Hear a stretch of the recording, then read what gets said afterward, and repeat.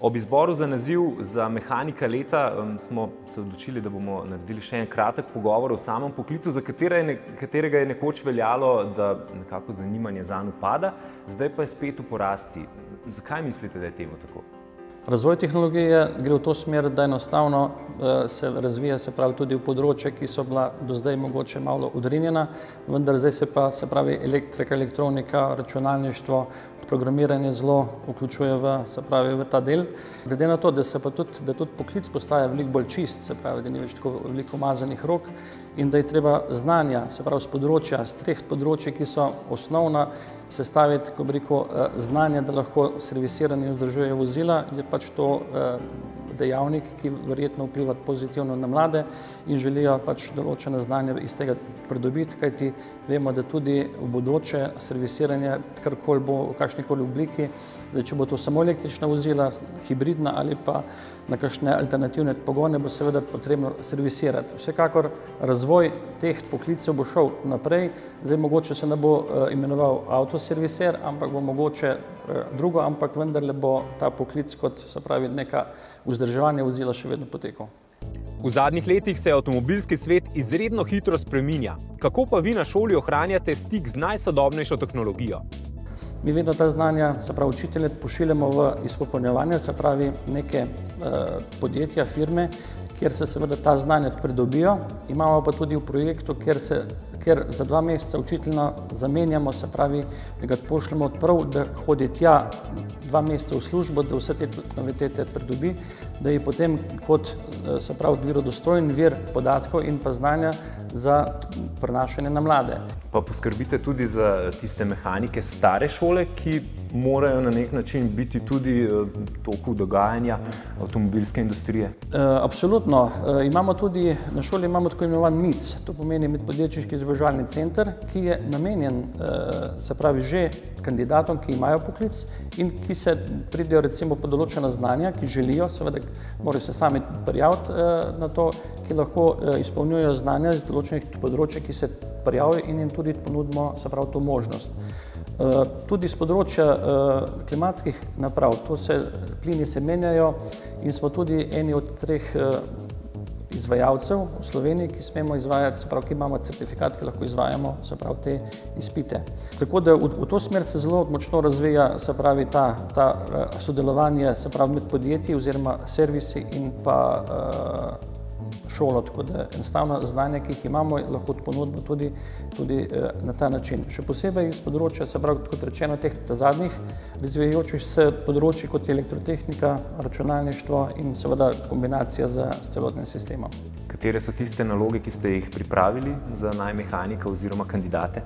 Prva naloga je tekstovna, se pravi kot nek teoretičen izpit, se pravi, da neka splošna znanja, se pravi, da niso usmerjena v posamezno področje kot recimo določenega modela vozila, tako da ne bi bil kdo v prednosti, se pravi, da so res splošna znanja, ampak so iz področja, ki jih morajo obvladati na nek način, če upravljajo, se pravi, ta področje avtoservisiranja motornih vozil.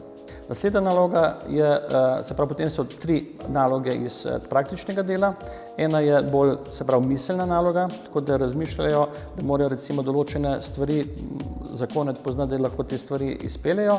Druga je rutinska naloga in tretja je seveda hitrostna naloga oziroma spretnostna, da se pač iz uri je vezana na časovno, se pravi, upravljanje določene storitve, ki jo morajo pač v tem določenem času upraviti.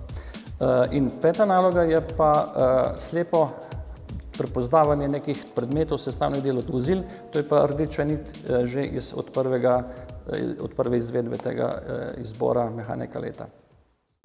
Med 10 finalisti je 3. mesto osvojil Leon Cafnik, drugi je bil Andraž Boh, naslov pa je že 3. zapored osvojil Primož Rožnik iz Horjula, iz družinskega podjetja Avto Rožnik. Koliko prvo let, koliko drugo let, fenomenalno.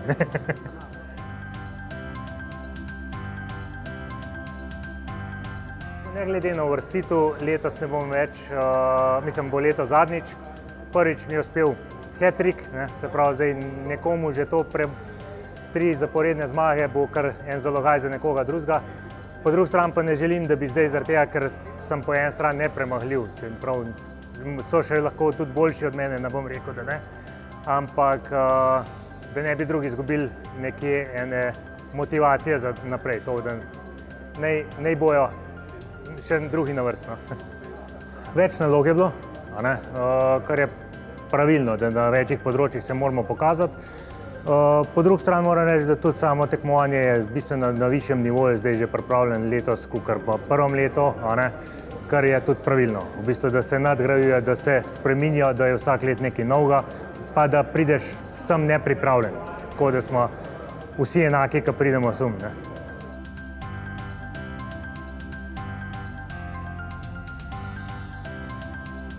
So razno razni ti programi, kot Vivit, Autodata, še en par drugih, za katere tudi plačujem letno najemnino, to, da imam v bistvu updatene sprot, da je vsak avto, ki greš po šasiji not ali po letniku tipu vozila, vsega tega dobiš tam že same podatke, tehnične navodila za delo, vse te zadeve.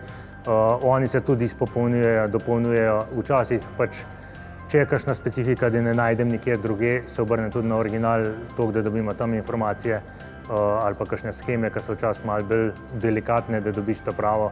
In ne sme biti to problem. V bistvu znanje je dostopno, včasih ga je pa težko najti. Poiskati ga moraš. Znanje je dostopno vsem, sicer vsako znanje ima svojo ceno. Če si pripravljen določene zadeve plačati, jih boš dobil in tle, da bi te nekdo omejeval, te niti ne sme, niti nima namena, zaradi tega, ker v osnovi zakaj ne bi nekaj prodal, če lahko proda. Te pač informacije za pooblaščence v njihovih letnih pogodbah, ki jih imajo, ki jih lahko plačujejo, malce bolj dostopne zame, če vidim, da jo rabim, si jo bom pa plačal takrat, ko jo rabim in zakaj pa ne. Važno, da rešimo problem.